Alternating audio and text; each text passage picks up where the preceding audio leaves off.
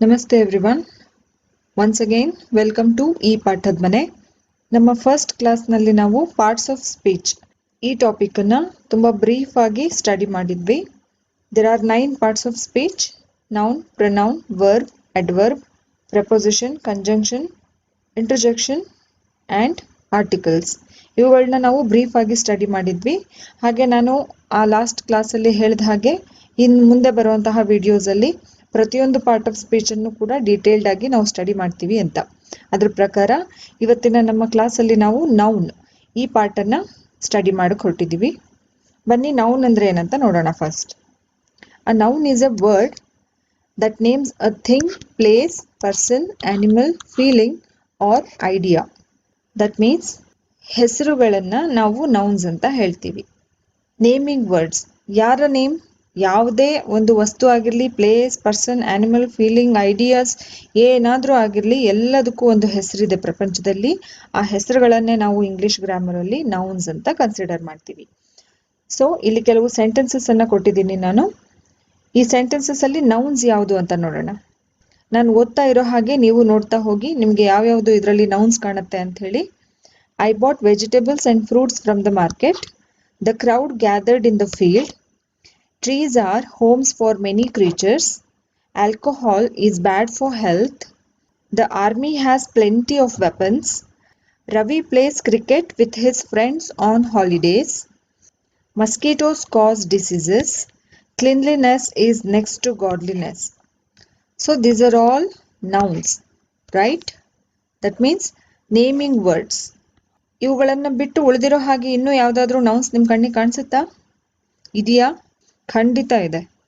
ನೋಡಿ, ಈ ಎಲ್ಲ ವರ್ಡ್ಸ್ಗಳು ಕೂಡ ನೇಮಿಂಗ್ ವರ್ಡ್ಸ್ ಆಗಿದ್ದಾವೆ. ಇವುಗಳನ್ನ ನಾವು ನೌನ್ಸ್ ಅಂತ ಕನ್ಸಿಡರ್ ಮಾಡ್ತೀವಿ. ಕೆಲವು ವಸ್ತುಗಳ ಹೆಸರಾಗಿರುತ್ತೆ, ಕೆಲವು ಪ್ಲೇಸ್ ನೇಮ್ಸ್ ಆಗಿರುತ್ತೆ, ಕೆಲವು ಪರ್ಸನ್ಸ್ ನೇಮ್ ಆಗಿರುತ್ತೆ, ಕೆಲವು ಗ್ರೂಪ್ ಆಫ್ ಪರ್ಸನ್ಸ್ ನೇಮ್ ಆಗಿರುತ್ತೆ. ಹೀಗೆ ಹೆಸರುಗಳನ್ನು ಸೂಚಿಸುವಂತಹ ಪದಗಳನ್ನು ನಾವು ನೌನ್ಸ್ ಅಂತ ಕನ್ಸಿಡರ್ ಮಾಡ್ತೀವಿ, ರೈಟ್? ಈಗ ಈ ನೇಮಿಂಗ್ ವರ್ಡ್ಸ್ ಅಲ್ಲಿ, ಈ ನೌನ್ಸ್ ಅಲ್ಲಿ 2 ಟೈಪ್ಸ್ ಆಫ್ ನೌನ್ಸ್ ಇದೆ. ಇದರಲ್ಲಿ ನೋಡಿ, ಏನಾದರೂ ವ್ಯತ್ಯಾಸ ಗೊತ್ತಾಗುತ್ತಾ ನಿಮಗೆ? ಬ್ಲೂ ಕಲರ್ ಅಲ್ಲಿ ಕೆಲವು ನೌನ್ಸ್ ಅನ್ನ ಹೈಲೈಟ್ ಮಾಡಿದ್ದೀನಿ, ಇನ್ ಕೆಲವನ್ನ ನಾನು ಬ್ರೌನ್ ಕಲರ್ ಅಲ್ಲಿ ಹೈಲೈಟ್ ಮಾಡಿದ್ದೀನಿ. ಅವುಗಳಿಗೂ ಇವುಗಳಿಗೂ ಇರುವಂತಹ ವ್ಯತ್ಯಾಸ ಏನಾದರೂ ಗುರ್ತಿಸಕ್ಕಾಗುತ್ತಾ ನೋಡಿ? Vegetables, fruits, crowd, field, trees, homes, creatures, army, weapons, Ravi, friends, mosquitoes, alcohol. ಇವುಗಳೆಲ್ಲ ನಮ್ಮ ಕಣ್ಣಿಗೆ ಕಾಣಿಸುವಂತಹ ನೌನ್ಸ್. ಇವುಗಳನ್ನು ನಾವು ಟಚ್ ಮಾಡಬಹುದು. ನಮ್ಮ 5 ಸೆನ್ಸ್ ಆರ್ಗನ್ಸ್ ಇಂದ ನಾವು ಇವುಗಳನ್ನು ರೆಕಗ್ನೈಸ್ ಮಾಡಬಹುದು. ಆದರೆ ಇಲ್ಲಿ market, holidays, cricket, diseases, health, permission, cleanliness, godliness ಈ ನೌನ್ಸ್ ಅನ್ನ ನಾವು ನಮ್ಮ 5 ಸೆನ್ಸ್ ಆರ್ಗನ್ಸ್ ಇಂದ ರೆಕಗ್ನೈಸ್ ಮಾಡಲಿಕ್ಕೆ ಬರೋದಿಲ್ಲ. ಯಾಕಂದ್ರೆ ಇವುಗಳಿಗೆ ಯಾವುದೇ ಒಂದು ಫಿಸಿಕಲ್ ಎಕ್ಸಿಸ್ಟೆನ್ಸ್ ಇರೋದಿಲ್ಲ. ಫಿಸಿಕಲ್ ಎಕ್ಸಿಸ್ಟೆನ್ಸ್ ಅಂತ ಹೇಳಿದ್ರೆ, ಫಾರ್ ಎಕ್ಸಾಂಪಲ್, ಈಗ ಇಲ್ಲಿ ವೆಜಿಟೇಬಲ್ಸ್, ಫ್ರೂಟ್ಸ್ ಅಂತ ಏನೆಲ್ಲ ಕೊಟ್ಟಿದ್ದೀನಲ್ಲ, ಇವುಗಳೆಲ್ಲ ಒಂದತ್ರ ಇಟ್ಟಿರ್ತಾರೆ, ನಮ್ಮ ಕಣ್ಣಿಗೆ ಕಾಣಿಸುತ್ತೆ. ಇಲ್ಲಿ ವೆಜಿಟೇಬಲ್ ಇದೆ, ಫ್ರೂಟ್ ಇದೆ, ಫೀಲ್ಡ್ ಇದೆ, ಕ್ರೌಡ್ ಇದೆ, ಹೋಮ್ ಇದೆ, ಟ್ರೀ ಇದೆ ಅಂತ ಹೇಳಿ ನಾವು ಪಾಯಿಂಟ್ ಔಟ್ ಮಾಡಬಹುದು. ನಮ್ಗೆ ಕಾಣಿಸ್ತಾ ಇರುತ್ತೆ ಅದು, ರೈಟ್? ಆದ್ರೆ ಇಲ್ಲಿರುವಂತಹ ವರ್ಡ್ಸ್ ಏನಿದೆಯಲ್ಲ, ಮಾರ್ಕೆಟ್, ಹಾಲಿಡೇಸ್, ಈ ವರ್ಡ್ಸ್ ಎಲ್ಲ ನಮ್ಮ ಕಣ್ಣಿಗೆ ಕಾಣಿಸೋದಿಲ್ಲ. ಇವುಗಳು ಏನು ಅನ್ನೋದು ನಮಗೆ ಇಮ್ಯಾಜಿನ್ ಮಾಡ್ಕೊಳ್ಳೋದಕ್ಕೆ ಬರುತ್ತೆ, ನಮಗೆ ಫೀಲ್ ಆಗುತ್ತೆ, ನಮಗೆ ಅಂಡರ್ಸ್ಟ್ಯಾಂಡ್ ಆಗುತ್ತೆ. ಬಟ್ ಇವುಗಳಿಗೆ ಫಿಸಿಕಲ್ ಎಕ್ಸಿಸ್ಟೆನ್ಸ್ ಇಲ್ಲದೆ ಇರೋದ್ರಿಂದ, ಯಾವುದೇ ಒಂದು ಸೈಜ್ ಆಗಿರಲಿ, ಶೇಪ್ ಆಗಿರಲಿ ಇಲ್ಲದೆ ಇರೋದ್ರಿಂದ ಇವುಗಳನ್ನ ನಾವು ಅಬ್ಸ್ಟ್ರಾಕ್ಟ್ ನೌನ್ಸ್ ಅಂತ ಹೇಳ್ತೀವಿ. ಯಾವುದಕ್ಕೆ ಫಿಸಿಕಲ್ ಎಕ್ಸಿಸ್ಟೆನ್ಸ್ ಇರುತ್ತೋ, ಒಂದು ಸೈಜು, ಒಂದು ಶೇಪ್ ಅಂತ ಇರುತ್ತೋ, ಯಾವುಗಳನ್ನ ನಾವು ನಮ್ಮ 5 ಸೆನ್ಸ್ ಆರ್ಗನ್ಸ್ ಇಂದ ರೆಕಗ್ನೈಸ್ ಮಾಡಲಿಕ್ಕೆ ಬರುತ್ತೋ ಅಂತಹ ನೌನ್ಸ್ ಅನ್ನ ನಾವು ಕಾಂಕ್ರೀಟ್ ನೌನ್ಸ್ ಅಂತ ಹೇಳ್ತೀವಿ. ಈಗ ನೀವು ಕೇಳ್ಬೋದು, ಮಾರ್ಕೆಟ್ ಅನ್ನ ನಾವು ನೋಡ್ತೀವಲ್ಲ, ಮಾರ್ಕೆಟ್ ನಮ್ಮ ಕಣ್ಣಿಗೆ ಕಾಣಿಸುತ್ತಲ್ಲ, ಆದ್ರೆ ಮಾರ್ಕೆಟ್ ಅಲ್ಲಿ ಇರುವಂತಹ ಒಂದು ಜನರನ್ನ ನೋಡ್ತಿರ್ತೀರಾ, ಅಲ್ಲಿ ನಡೆಯುವಂತಹ ಒಂದು ಆಕ್ಷನ್ಸ್ ಅನ್ನ ನೀವು ನೋಡ್ತಾ ಇರ್ತೀರಾ. ಮಾರಾಟ ಮಾಡೋರು ಇರ್ತಾರೆ, ಖರೀದಿ ಮಾಡೋರು ಇರ್ತಾರೆ, ಎಷ್ಟೊಂದು ವೆರೈಟಿ ಆಫ್ ಥಿಂಗ್ಸ್ ಇರುತ್ತೆ, ರೈಟ್? ಇವುಗಳನ್ನ ಫಿಸಿಕಲ್ ಸ್ಟ್ರಕ್ಚರ್ ಇರುವಂತಹ ಥಿಂಗ್ಸ್ ಅನ್ನ ಅಥವಾ ಪರ್ಸನ್ಸ್ ಅನ್ನ ನೀವು ನೋಡ್ತೀರೇ ಹೊರತು, ಆ ಕಾನ್ಸೆಪ್ಟ್ಗೆ ನೀವು ಮಾರ್ಕೆಟ್ ಅಂತ ಹೆಸರು ಕೊಟ್ಟಿರ್ತೀರೇ ಹೊರತು, ಮಾರ್ಕೆಟ್ ಅನ್ನೋದಕ್ಕೆ ಒಂದು ಫಿಸಿಕಲ್ ಎಕ್ಸಿಸ್ಟೆನ್ಸ್ ಇರೋದಿಲ್ಲ. ಅದು ನಮ್ಮ ತಲೆಯಲ್ಲಿರುವಂತಹ ಒಂದು ಐಡಿಯಾ. ಆ ಒಂದು ಸಿಚುವೇಶನ್ಗೆ ನಾವು ಮಾರ್ಕೆಟ್ ಅಂತ ಹೆಸರು ಕೊಟ್ಟಿದ್ದೀವಿ ಅಷ್ಟೇ. ಅದೇ ರೀತಿಯಾಗಿ ಕ್ರಿಕೆಟ್ ಕೂಡ ನಿಮಗೆ ಅನ್ನಿಸ್ಬೋದು, ನಾವು ಕ್ರಿಕೆಟ್ ನೋಡ್ತೀವಲ್ಲ, ನಮ್ಮ ಕಣ್ಣಿಗೆ ಕಾಣಿಸುತ್ತಲ್ಲ, ಇದು ಹೇಗೆ ಅಬ್ಸ್ಟ್ರಾಕ್ಟ್ ಆಗುತ್ತೆ ಅಂತ. ಕ್ರಿಕೆಟ್ ಆದ್ರೂ ಅಷ್ಟೇನೆ, ಕ್ರಿಕೆಟ್ ಅಲ್ಲಿ ನೀವು ಏನನ್ನ ನೋಡ್ತೀರಾ? ಪ್ಲೇಯರ್ಸ್ ಅನ್ನ ನೋಡ್ತೀರಾ, ಅಲ್ಲಿ ಯೂಸ್ ಆಗುವಂತಹ ಒಂದು ಟೂಲ್ಸ್ ಅನ್ನ ನೋಡ್ತೀರಾ, ಬ್ಯಾಟ್ ಆಗಿರ್ಬೋದು, ಬಾಲ್ ಆಗಿರ್ಬೋದು, ಪ್ಲೇಯರ್ಸ್ ಆಗಿರ್ಬೋದು, ಅಲ್ಲಿ ಫೀಲ್ಡ್ ನಿಮ್ಮ ಕಣ್ಣಿಗೆ ಕಾಣಿಸ್ತಾ ಇರುತ್ತೆ, ರೈಟ್? ಯಾವುದಕ್ಕೆ ಫಿಸಿಕಲ್ ಫೀಚರ್ ಇರೋದಿಲ್ವೋ, ಫಿಸಿಕಲ್ ಎಕ್ಸಿಸ್ಟೆನ್ಸ್ ಇರೋದಿಲ್ವೋ ಅಂತಹವುಗಳನ್ನ ನಾವು ಅಬ್ಸ್ಟ್ರಾಕ್ಟ್ ನೌನ್ಸ್ ಅಂತ ಹೇಳ್ತೀವಿ. ಸೊ ನಿಮ್ಗೆ ಅರ್ಥ ಆಗಿರ್ಬೋದು. ಆ ಒಂದು ನೌನ್ಸ್ಗೆ ಒಂದು ಸೈಜ್ ಇರುತ್ತೆ, ಒಂದು ಶೇಪ್ ಇರುತ್ತೆ, ಅವುಗಳು ನಮ್ಮ ಕಣ್ಣಿಗೆ ಕಾಣಿಸ್ತಾ ಇರುತ್ತೆ.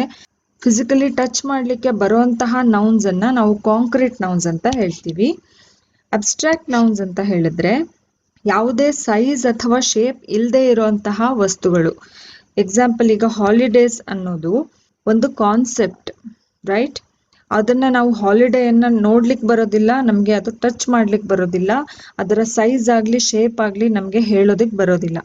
ಡಿಸೀಸ್ ಆದ್ರೂ ಅಷ್ಟೇ, ಡಿಸೀಸ್ ಇರುವಂತಹ ಪರ್ಸನ್ ಅನ್ನ ನಾವು ನೋಡ್ಬೋದು, ಒಬ್ಬ ಸಿಕ್ ಪರ್ಸನ್ ಅನ್ನ ನೋಡಬಹುದೇ ಹೊರತು ಅವನಲ್ಲಿರೋ ಅಂತಹ ಡಿಸೀಸ್ ಅನ್ನ ನಾವು ಕಣ್ಣಿಂದ ನೋಡ್ಲಿಕ್ಕೆ ಬರೋದಿಲ್ಲ, ಅದನ್ನ ನಾವು ಟಚ್ ಮಾಡ್ಲಿಕ್ಕೆ ಬರೋದಿಲ್ಲ. ಅವನ ಸಫರಿಂಗ್ ಅನ್ನ ನೋಡಬಹುದು. ಹಾಗೇನೆ ಪರ್ಮಿಷನ್ ಅನ್ನೋದು ಕೂಡ ಅಷ್ಟೇ, ಒಂದು ಫಿಸಿಕಲ್ ಎಕ್ಸಿಸ್ಟೆನ್ಸ್ ಇಲ್ಲದೆ ಇರುವಂತಹ ಒಂದು ಐಡಿಯಾ. ಹೆಲ್ತ್ ಆಗಿರಬಹುದು, ಕ್ಲೀನ್ಲಿನೆಸ್, ಗಾಡ್ಲಿನೆಸ್, ಕ್ರಿಕೆಟ್, ಮಾರ್ಕೆಟ್, ನಾನು ಆಗ್ಲೇ ಹೇಳ್ದ ಹಾಗೆ ಇವುಗಳು ಯಾವುದಕ್ಕೂ ಕೂಡ ಫಿಸಿಕಲ್ ಎಕ್ಸಿಸ್ಟೆನ್ಸ್ ಇರೋದಿಲ್ಲ, ಯಾವುದೇ ಒಂದು ಸೈಜ್ ಅಥವಾ ಶೇಪ್ ಇರೋದಿಲ್ಲ. ಇವುಗಳನ್ನ ನಾವು ನಮ್ಮ 5 ಸೆನ್ಸ್ ಆರ್ಗನ್ಸ್ ಇಂದ ಸೆನ್ಸ್ ಮಾಡ್ಲಿಕ್ಕೆ ಬರೋದಿಲ್ಲ. ಇಂತಹ ವರ್ಡ್ಸ್ ಅನ್ನ ನಾವು ಅಬ್ಸ್ಟ್ರಾಕ್ಟ್ ನೌನ್ಸ್ ಅಂತ ಹೇಳ್ತೀವಿ. ಹಾಗಾದ್ರೆ ಕಾಂಕ್ರೀಟ್ ನೌನ್ ಮತ್ತೆ abstract noun 2 types of nouns ಯಾವುದು ಅಂತ ನಮಗೆ ಗೊತ್ತಾಗಿದೆ. ಈಗ ಕಾಂಕ್ರೀಟ್ ನೌನ್ಸ್ ಅಲ್ಲಿ ಮತ್ತೆ 4 ಟೈಪ್ಸ್ ಆಫ್ ನೌನ್ಸ್ ಇದೆ. ಅದ್ಯಾವುದು ಅಂತ ಹೇಳಿದ್ರೆ, ಒಂದು common noun, next proper noun, collective noun, ಆಮೇಲೆ ಮಟೀರಿಯಲ್ ನೌನ್. ಇವುಗಳನ್ನ ನಾವು ಕಾಂಕ್ರೀಟ್ ನೌನ್ಸ್ ಕ್ಯಾಟಗರಿನಲ್ಲೇ ಇವುಗಳನ್ನ ನಾವು ಸೇರಿಸ್ತೀವಿ. ಯಾಕೆ ಅಂತ ಹೇಳಿದ್ರೆ ಇವೆಲ್ಲವುಗಳಿಗೂ ಫಿಸಿಕಲ್ ಎಕ್ಸಿಸ್ಟೆನ್ಸ್ ಇದೆ, ಅದಕ್ಕೋಸ್ಕರ ನಾವು ಇವುಗಳನ್ನ ಟೈಪ್ಸ್ ಆಫ್ ಕಾಂಕ್ರೀಟ್ ನೌನ್ಸ್ ಅಂತ ಹೇಳಿದ್ರು ಕೂಡ ತಪ್ಪಿಲ್ಲ. ಹಾಗಾದ್ರೆ ನಾವು ಈ ಸೆಷನ್ ಅಲ್ಲಿ ಯಾವ ಯಾವ ನೌನ್ಸ್ ಅನ್ನ ಸ್ಟಡಿ ಮಾಡ್ತಾ ಇದ್ದೀವಿ? Common noun, proper noun, collective noun, material noun, ಹಾಗೆ ಅಬ್ಸ್ಟ್ರಾಕ್ಟ್ ನೌನ್, ಇಷ್ಟನ್ನ ಸ್ಟಡಿ ಮಾಡ್ತಾ ಇದ್ದೀವಿ. ಹೀಗೆ ಕಾಂಕ್ರೀಟ್ ನೌನ್ ಮತ್ತೆ ಅಬ್ಸ್ಟ್ರಾಕ್ಟ್ ನೌನ್, ಈ ಟಾಪಿಕ್ ನಿಮಗೆ ಅರ್ಥ ಆಗಿರಬಹುದು. ನೆನಪಲ್ಲಿ ಇಟ್ಕೊಂಡಿರಿ, ಕಾಮನ್, ಪ್ರಾಪರ್, ಕಲೆಕ್ಟಿವ್ ಮತ್ತೆ ಮಟೀರಿಯಲ್ ಇವೆಲ್ಲವುಗಳು ಕಾಂಕ್ರೀಟ್ ನೌನ್ನ ಒಂದು ಭಾಗಗಳೇ ಆಗಿರ್ತವೆ. ಇವುಗಳನ್ನ ಬಿಟ್ಟು ಉಳಿದಿದ್ದು ಯಾವುದು? ಅಬ್ಸ್ಟ್ರಾಕ್ಟ್ ನೌನ್ ಅನ್ನೋದೊಂದು. ಇವಿಷ್ಟನ್ನ ನಾವು ಈ ಕ್ಲಾಸಲ್ಲಿ ಸ್ಟಡಿ ಮಾಡ್ತೀವಿ. First one is common noun. Common noun ಅಂತ ಹೇಳಿದ್ರೆ name of a common or non specific person, place, animal or thing. General ಆಗಿ ಇರುವಂತಹ ಒಂದು ಪರ್ಸನ್ಸ್, ಪ್ಲೇಸ್, ಆನಿಮಲ್ ಅಥವಾ ಥಿಂಗ್ ಅನ್ನ ಗುರುತಿಸೋದಿಕ್ಕೆ ಇರುವಂತಹ ವರ್ಡ್ಸ್ ಅನ್ನ ನಾವು ಕಾಮನ್ ನೌನ್ಸ್ ಅಂತ ಹೇಳ್ತೀವಿ. ಎಕ್ಸಾಂಪಲ್ಸ್ ಅಲ್ಲಿ ನಾನು ಓದ್ತಾ ಹೋದ ಹಾಗೇನೆ ನಿಮ್ಗೆ ಯಾವ್ಯಾವ್ದು ಇದರಲ್ಲಿ ಕಾಮನ್ ನೌನ್ ಅನ್ಸುತ್ತೆ ಅನ್ನೋದನ್ನ ನೀವು ಗುರುತಿಸ್ತಾ ಹೋಗಿ. Every dog has its day, I saw Har last month with a girl, the village life is better than city life, John was in his room watching television, the teacher warned the students to stop chattering in the class, I found the subject fascinating, behind every successful man there is a woman. First sentence ನೋಡಿ, dog ಮತ್ತೆ day ಇವುಗಳನ್ನ ನಾವು common nouns ಅಂತ consider ಮಾಡಿದೀವಿ. ಯಾತಕ್ಕೆ ಇವುಗಳನ್ನ ನಾವು common noun ಅಂತ ಹೇಳ್ತೀವಿ ಅಂದ್ರೆ ಇಲ್ಲಿ ಜನರಲ್ ಆಗಿ ಹೇಳ್ತಾ ಇದೀವಿ. ಯಾವ ಡಾಗ್ ಅಂತ ನಾವು ಸ್ಪೆಸಿಫಿಕ್ ಆಗಿ ಹೇಳ್ತಾ ಇಲ್ಲ, ವಿಚ್ ಡೇ ಅಂತ ಕೂಡ ಹೇಳ್ತಾ ಇಲ್ಲ. Just every dog has its day.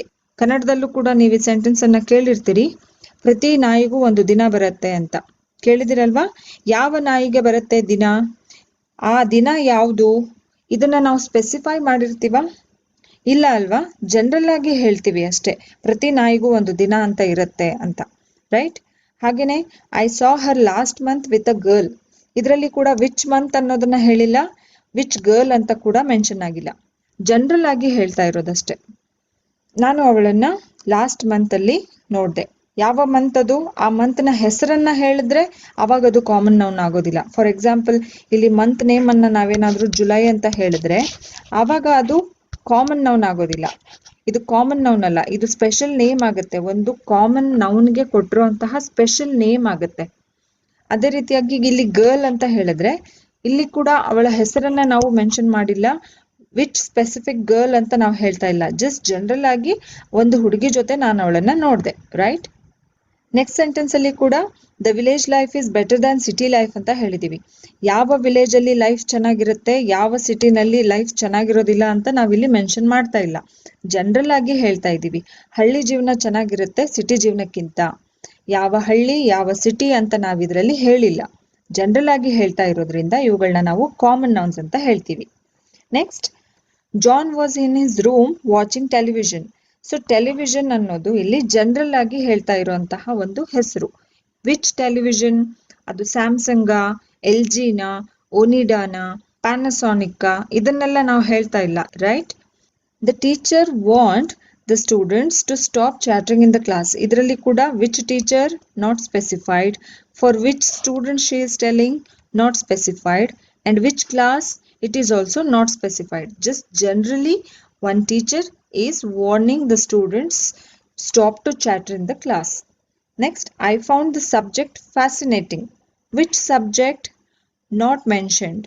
General ಆಗಿ ಹೇಳ್ತಾ ಇದ್ದಾನೆ ಒಂದು ಸಬ್ಜೆಕ್ಟ್, ಆ ಸಬ್ಜೆಕ್ಟ್ ನನಗೆ ಇಷ್ಟ ಆಯ್ತು. ಅವನು ಯಾವ ಪರ್ಟಿಕ್ಯುಲರ್ ಸಬ್ಜೆಕ್ಟ್ ಬಗ್ಗೆ ಹೇಳ್ತಾ ಇದ್ದಾನೆ ಅನ್ನೋದು ಅವನಿಗೆ ಗೊತ್ತು, ಬಟ್ ನಮಗಿಲ್ಲಿ ಕಾಣಿಸ್ತಾ ಇರೋದು ಸಬ್ಜೆಕ್ಟ್ ಅನ್ನೋದು ಒಂದು ಕಾಮನ್ ನೌನ್. ವಿಚ್ ಸಬ್ಜೆಕ್ಟ್ ಅಂತ ಮೆನ್ಷನ್ ಆಗಿಲ್ಲ. ಅದೇ ರೀತಿ behind every successful man there is a woman. ಇದರಲ್ಲಿ ಕೂಡ ವಿಚ್ ಮ್ಯಾನ್, ಯಾವ ಸಕ್ಸಸ್ಫುಲ್ ಮ್ಯಾನ್ ಬಗ್ಗೆ ಮಾತಾಡ್ತಾ ಇದ್ದೀವಿ, ಅವನ ಹಿಂದೆ ಯಾವ ಪರ್ಟಿಕ್ಯುಲರ್ ವುಮನ್ ಇದ್ದಾಳೆ ನಾವು ಹೇಳ್ತಾ ಇದೀವ ಇಲ್ಲಿ? ಇಲ್ಲ, ಜನರಲ್ ಆಗಿ ಹೇಳ್ತಾ ಇರೋದು. ಮ್ಯಾನ್ ಅನ್ನೋದು ಒಂದು ಜಾತಿ, ವುಮನ್ ಅನ್ನೋದು ಒಂದು ಜಾತಿ. ಆ ಗುಂಪಿಗೆ, ಆ ಒಂದು ಸ್ಪೀಸೀಸ್ಗೆ ಸಂಬಂಧಪಟ್ಟ ಹಾಗೆ ಜನರಲ್ ಆಗಿ ನಾವು ಇಲ್ಲಿ ಒಬ್ಬ ಮ್ಯಾನ್ ಒಂದು ವುಮನ್ ಅಂತ ಯೂಸ್ ಮಾಡಿದೀವಿ ಈ ಸೆಂಟೆನ್ಸ್ ಅಲ್ಲಿ.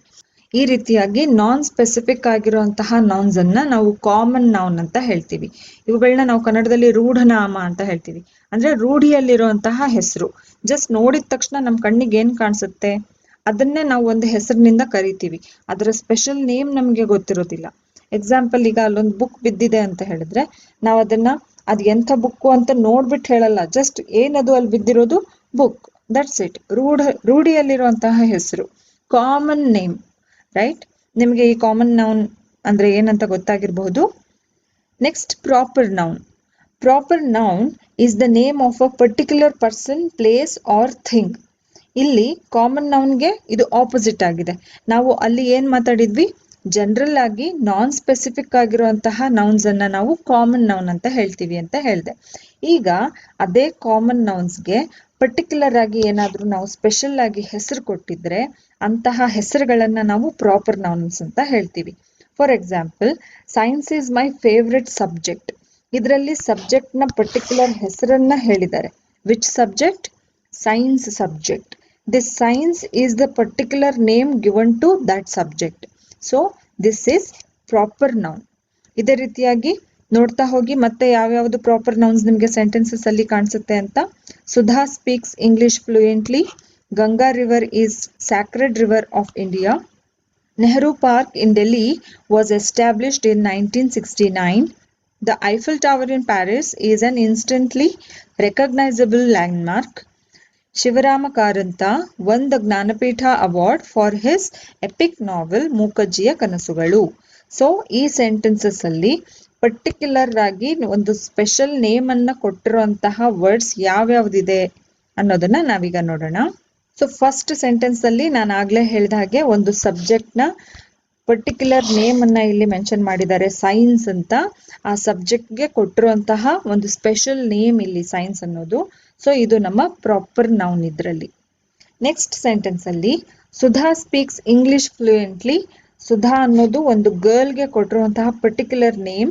ಪರ್ಟಿಕ್ಯುಲರ್ಲಿ ಸುಧಾ ಅನ್ನೋದು ಅವಳ ಒಂದು ಸ್ಪೆಷಲ್ ನೇಮ್. ಹಾಗೇನೆ ಇಂಗ್ಲಿಷ್ ಅನ್ನೋದು ಒಂದು ಲ್ಯಾಂಗ್ವೇಜ್ಗೆ ಕೊಟ್ಟಿರುವಂತಹ particular name. Next, Ganga river ಒಂದು ನದಿಗೆ ಇರುವಂತಹ ಸ್ಪೆಷಲ್ ಹೆಸರು. ಇಂಡಿಯಾ ಇದು ಕೂಡ ಒಂದು ದೇಶಕ್ಕಿರುವಂತಹ ಹೆಸರು. ನೆಹರು ಪಾರ್ಕ್ ಪಾರ್ಕ್ಗೆ ಇರುವಂತಹ ಪರ್ಟಿಕ್ಯುಲರ್ ನೇಮ್. ಡೆಲ್ಲಿ ಒಂದು ಸಿಟಿಯ ಪರ್ಟಿಕ್ಯುಲರ್ ಹೆಸರು.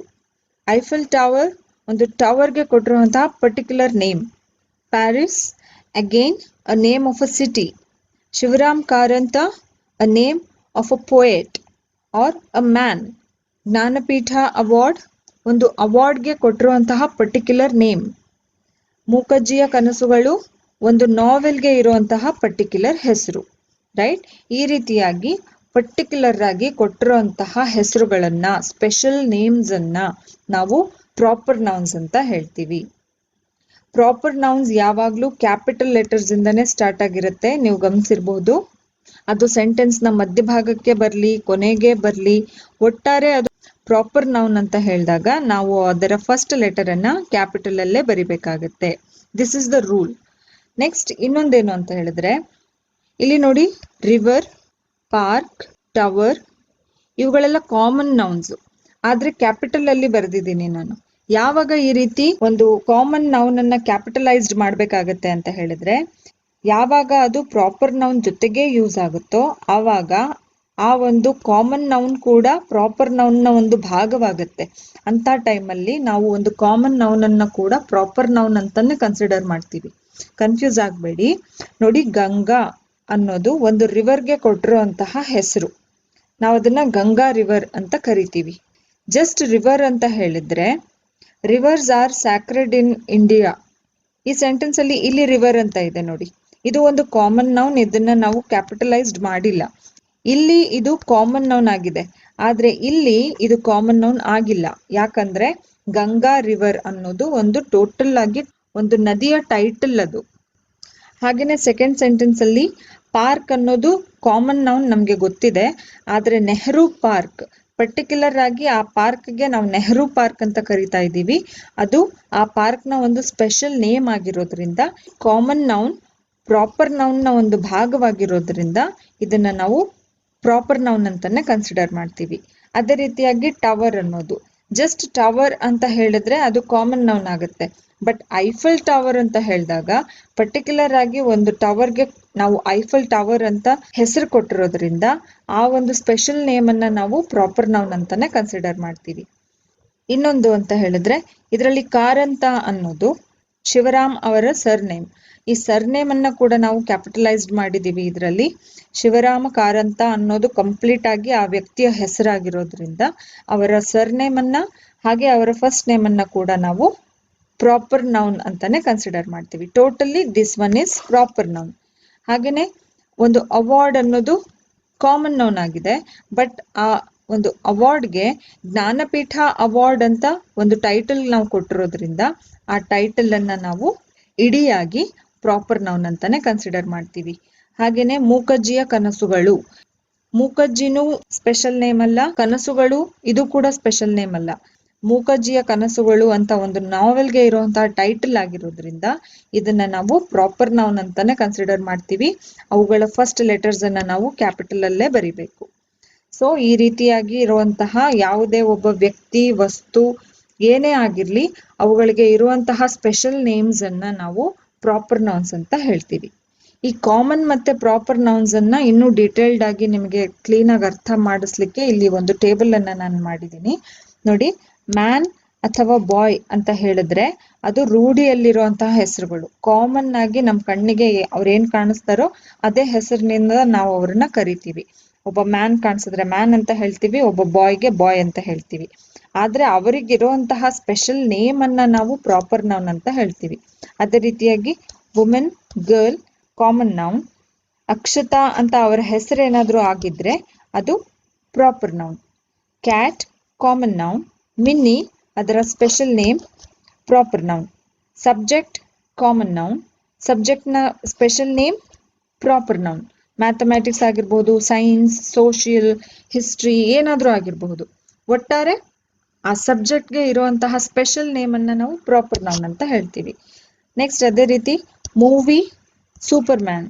City common noun. Shivamogga proper noun. Country common noun. Japan proper noun. Continent common noun. Asia proper noun. Mobile common noun.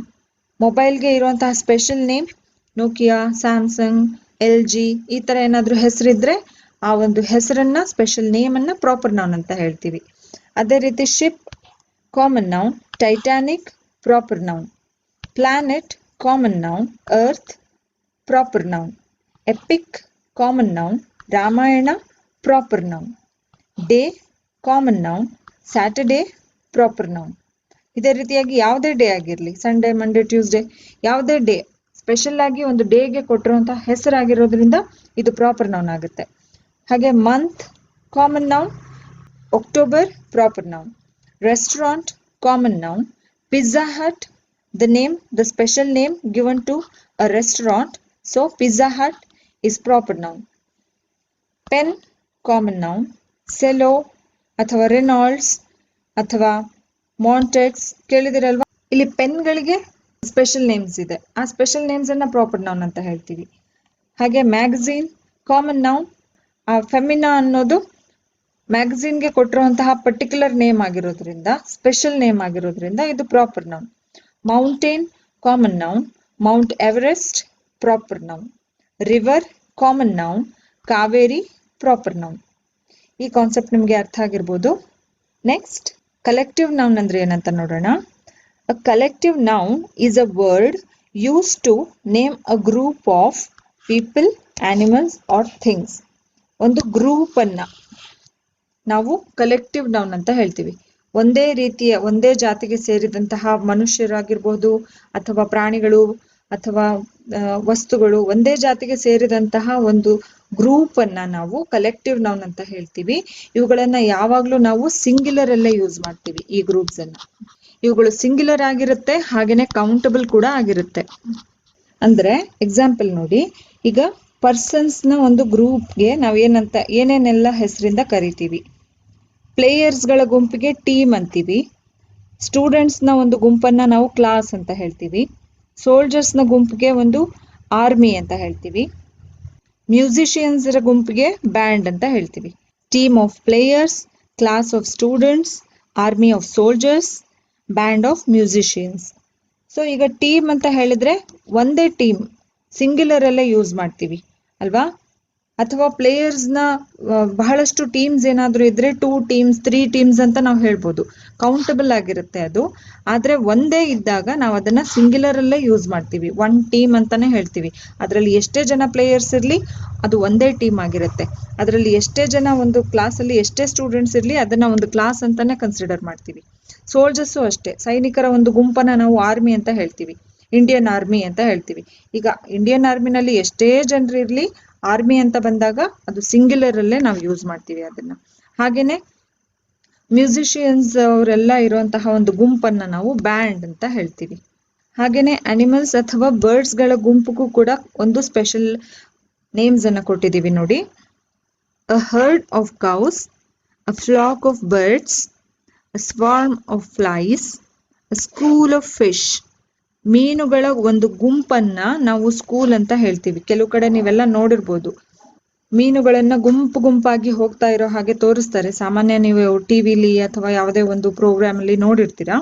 ಮೀನುಗಳ ಗುಂಪಿಗೆ ಸ್ಕೂಲ್ ಅಂತ ಹೇಳ್ತೀವಿ. ನೊಣಗಳ ಅಥವಾ ಜೇನು ನೊಣಗಳ ಒಂದು ಗುಂಪನ್ನ ಸ್ವಾರ್ಮ್ ಅಂತ ಹೇಳ್ತೀವಿ. ಪಕ್ಷಿಗಳ ಗುಂಪಿಗೆ ಫ್ಲಾಕ್ ಅಂತ ಹೇಳ್ತಾರೆ. ಹಸುಗಳ ಗುಂಪಿಗೆ ಹರ್ಡ್ ಅಂತ ಹೇಳ್ತಾರೆ. ನೆಕ್ಸ್ಟ್, ವಸ್ತುಗಳ ಗುಂಪಿಗೂ ಕೂಡ ಒಂದು ಹೆಸರಿರುತ್ತೆ. Example, set of tools. Tools ಅಂತ ಹೇಳಿದ್ರೆ ಈಗ ಒಬ್ಬ ಟೈಲರ್ ಹತ್ರ ಇರುವಂತಹ ಟೂಲ್ಸೇ ಬೇರೆ. ಕತ್ರಿ ಇರುತ್ತೆ, ಟೇಪ್ ಇರುತ್ತೆ, ಸೂಜಿ ದಾರ ಇರುತ್ತೆ, ಮಷೀನ್ ಇರುತ್ತೆ.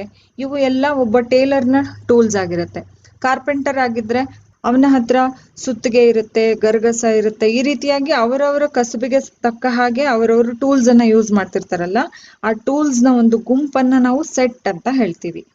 ಅದೇ ರೀತಿ ಆಲ್ಬಮ್ ಕೇಳಿರ್ತೀರಲ್ವಾ, ಫೋಟೋಗ್ರಾಫ್ಸ್ ಎಲ್ಲ ಒಂದ್ ಹತ್ರ ಸ್ಟೋರ್ ಮಾಡಿ ಒಂದು ಬುಕ್ ಅಲ್ಲಿ ನಾವು ಮೇಂಟೈನ್ ಮಾಡ್ತೀವಲ್ವಾ, ಅದನ್ನ ನಾವು ಆಲ್ಬಮ್ ಅಂತ ಹೇಳ್ತೀವಿ. ಅದರಲ್ಲಿ ಎಷ್ಟೇ ಫೋಟೋಗ್ರಾಫ್ಸ್ ಇರ್ಲಿ ಅದನ್ನ ಒಂದು ಆಲ್ಬಮ್ ಅಂತಾನೆ ನಾವು ಕನ್ಸಿಡರ್ ಮಾಡ್ತೀವಿ. ಹಾಗೇನೆ ಬೊಕ್ಕೆ ಅಂತ ಹೇಳಿದ್ರೆ ಇದು ಸಾಮಾನ್ಯ ಗೊತ್ತಿರುತ್ತಲ್ವಾ ನಿಮ್ಗೆ, ಹೂಗಳ ಗುಂಪು. ಹೂಗಳನ್ನೆಲ್ಲ ಕಟ್ಬಿಟ್ಟು ಒಂದು ಗುಚ್ಛದ ತರ ಮಾಡಿರ್ತಾರಲ್ವಾ, ಆ ಗುಚ್ಛವನ್ನ ನಾವು ಬೊಕ್ಕೆ ಅಂತ ಹೇಳ್ತೀವಿ. ಅದ್ರಲ್ಲಿ ಎಷ್ಟೇ ಫ್ಲವರ್ಸ್ ಇರ್ಲಿ ಅದನ್ನ ಒನ್ ಬೊಕ್ಕೆ ಅಂತಾನೆ ನಾವು ಹೇಳ್ತೀವಿ. Next, bunch of keys. ಬೀಗದ ಕೈಗಳ ಒಂದು ಗೊಂಚಲನ್ನ ನಾವು ಒಂದು ಗೊಂಚಲು ಅಂತಾನೆ ಕನ್ಸಿಡರ್ ಮಾಡ್ತೀವಲ್ವಾ. ಅದರಲ್ಲಿ ಎಷ್ಟೇ ಬೀಗದ ಕೈಗಳಿರ್ಲಿ ಅದು ಬೀಗದ ಕೈಗಳ ಒಂದು ಗೊಂಚಲು. ಒಂದು ಬಂಚ್ ಆಫ್ ಕೀಸ್ ಅಂತಾನೆ ನಾವು ಹೇಳ್ತೀವಿ. ಸೊ ಈ ರೀತಿಯಾಗಿರುವಂತಹ ವರ್ಡ್ಸ್ ಅನ್ನ ಟೂಲ್ಸ್, ಆಲ್ಬಮ್, ಬೊಕೆ, ಬಂಚ್, ಈ ರೀತಿಯಾಗಿರುವಂತಹ ವರ್ಡ್ಸ್ ಅನ್ನ ನಾವು ಕಲೆಕ್ಟಿವ್ ನೌನ್ಸ್ ಅಂತ ಹೇಳ್ತೀವಿ. ಸೆಂಟೆನ್ಸಸ್ ಅಲ್ಲಿ ಇವುಗಳ ಯೂಸೇಜ್ ನೋಡಿ. ಕಲೆಕ್ಟಿವ್ ನೌನ್ಸ್ ಯಾವ್ಯಾವುದು ಅಂತ ನೋಡ್ತಾ ಹೋಗಿ. A pack of wolves chased Anna and Kristoff. My family was invited to a wedding. A murder of lawyers entered the courtroom. A large litter of puppies was playing with the children. There is a wealth of information available on internet about the virus. ನೋಡಿ, ಈ sentences ಅಲ್ಲಿ pack, family, murder, litre, wealth ಇವುಗಳನ್ನೆಲ್ಲ ನಾವು collective nouns ಅಂತ ಹೇಳ್ತೀವಿ. So ತೋಳಗಳ ಗುಂಪಿಗೆ pack ಅಂತ ಹೇಳ್ತೀವಿ. ಸಾಮಾನ್ಯ ನೀವು ಫ್ರೋಝನ್ ಮೂವಿ ನೋಡಿದ್ರೆ ಈ ಒಂದು ಸೀನ್ ನಿಮಗೆ ಕಣ್ಣೆದ್ರಿಗೆ ಬರಬಹುದು. ಆ ಫಿಲ್ಮ್ ಅಲ್ಲಿ ಆನಾ ಮತ್ತೆ ಕ್ರಿಸ್ಟೋಫ್ ಓಡ್ತಾ ಇರ್ತಾರೆ, ಅವ್ರ ಹಿಂದೆ ಒಂದು ತೋಳಗಳ ಗುಂಪು ಓಡಿಸ್ಕೊಂಡು ಬರ್ತಾ ಇರುತ್ತೆ, ಚೇಸ್ ಮಾಡ್ತಾ ಇರುತ್ತೆ. ನೋಡಿದಿರಲ್ವಾ? ಆ ಒಂದು ತೋಳಗಳ ಗುಂಪಿಗೆ ನಾವು ಪ್ಯಾಕ್ ಅಂತ ಹೇಳ್ತೀವಿ. ಈ ಪ್ಯಾಕ್ ಅನ್ನೋದು ಒಂದು collective noun. Next, my family was invited to a wedding. ಇದರಲ್ಲಿ ಫ್ಯಾಮಿಲಿ ಅಂದ್ರೆ ಯಾರು? Group of family members, relatives, right? ಆ ರಿಲೇಟಿವ್ಸ್ ನ ಒಂದು ಗುಂಪನ್ನ ನಾವು ಫ್ಯಾಮಿಲಿ ಅಂತ ಹೇಳ್ತೀವಿ. ಆ ಫ್ಯಾಮಿಲಿ ಅನ್ನೋದು ಅಷ್ಟು ಜನರ ಗುಂಪಿಗೆ ಇಟ್ಟಿರೋ ಹೆಸರಾಗಿರೋದ್ರಿಂದ ಕಲೆಕ್ಟಿವ್ ನೌನ್ ಆಗಿರುತ್ತೆ. ಈ ಹೆಸರು ನೋಡಿ ತುಂಬಾ ಸೀರಿಯಸ್ ಆಗಿದೆ ಅಲ್ವಾ? Murder. A murder of lawyers ಅಂತ ಹೇಳಿದ್ರೆ ಲಾಯರ್ಸ್ ನ ಒಂದು ಗುಂಪನ್ನ, ವಕೀಲರ ಗುಂಪಿಗೆ ನಾವು ಮರ್ಡರ್ ಅಂತ ಹೇಳ್ತೀವಿ. ಹಾಗೇನೆ ಕಾಗೆಗಳ ಗುಂಪಿಗೂ ಕೂಡ ಮರ್ಡರ್ ಅಂತಾನೆ ಹೇಳ್ತಾರೆ. ಅ group of crores is called murder. A murder of lawyers entered the court room ಅಂತ ಹೇಳಿದ್ರೆ ಒಂದು ವಕೀಲರ ಒಂದು ಗುಂಪು ಕೋರ್ಟ್ ರೂಮ್ ಒಳಗಡೆ ಎಂಟರ್ ಆಯ್ತು.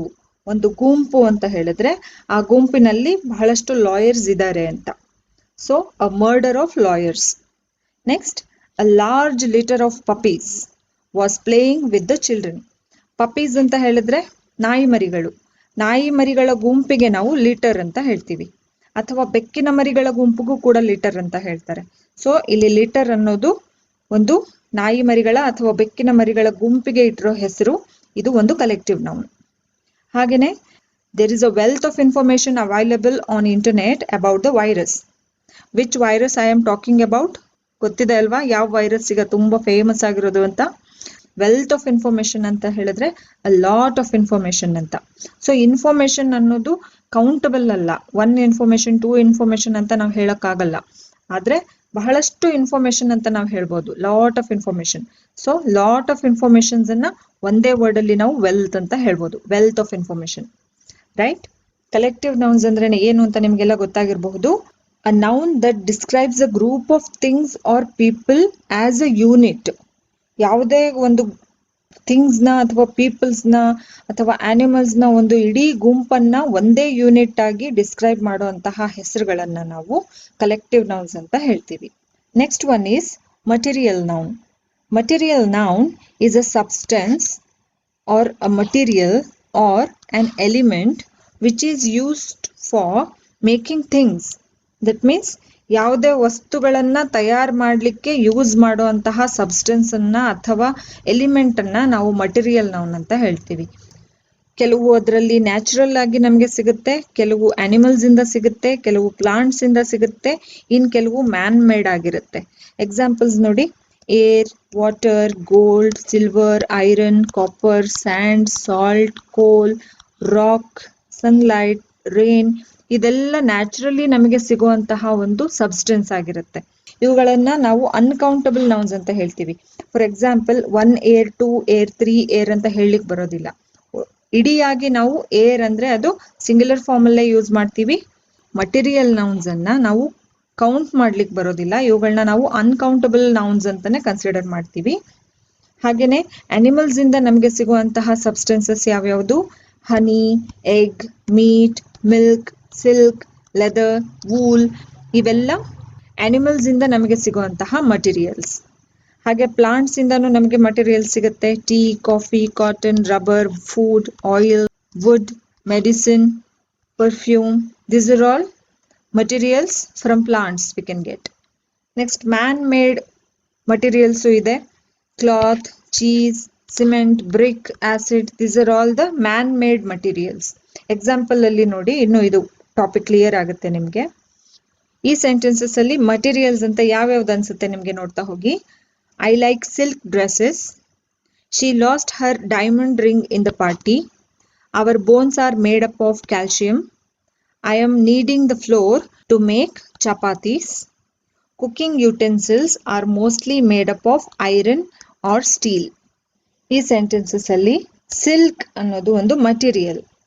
ಸಿಲ್ಕ್ ಇಂದ ನಾವು ಡ್ರೆಸ್ಗಳನ್ನ ತಯಾರು ಮಾಡ್ತೀವಿ, ರೈಟ್? ಹಾಗೆ ಡೈಮಂಡ್ ರಿಂಗ್, ಆ ರಿಂಗ್ ಯಾವ್ದ್ರಿಂದ ಮಾಡಲ್ಪಟ್ಟಿದೆ? ಡೈಮಂಡ್ ಅನ್ನ ಅದರೊಳಗೆ ಯೂಸ್ ಮಾಡಲಾಗಿದೆ. So diamond is a material in this sentence.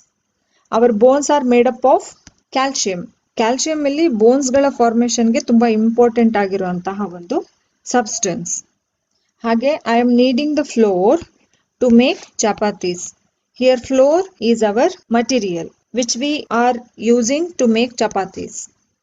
ಹಾಗೆ cooking utensils are mostly made up of iron and steel. ಇದರಲ್ಲಿ ಐರನ್ ಮತ್ತೆ ಸ್ಟೀಲ್ ಅನ್ನೋದು ಒಂದು ಮಟೀರಿಯಲ್ಸ್. ಅವುಗಳನ್ನ ನಾವು ಯುಟೆನ್ಸಿಲ್ಸ್ ಅನ್ನ ತಯಾರು ಮಾಡಲಿಕ್ಕೆ ಯೂಸ್ ಮಾಡ್ತೀವಿ. ಸೊ ಈ ರೀತಿಯಾಗಿ ಇರುವಂತಹ ಒಂದು ನೌನ್ಸ್ ಅನ್ನ ನಾವು ಮಟೀರಿಯಲ್ ನೌನ್ಸ್ ಅಂತ ಹೇಳ್ತೀವಿ.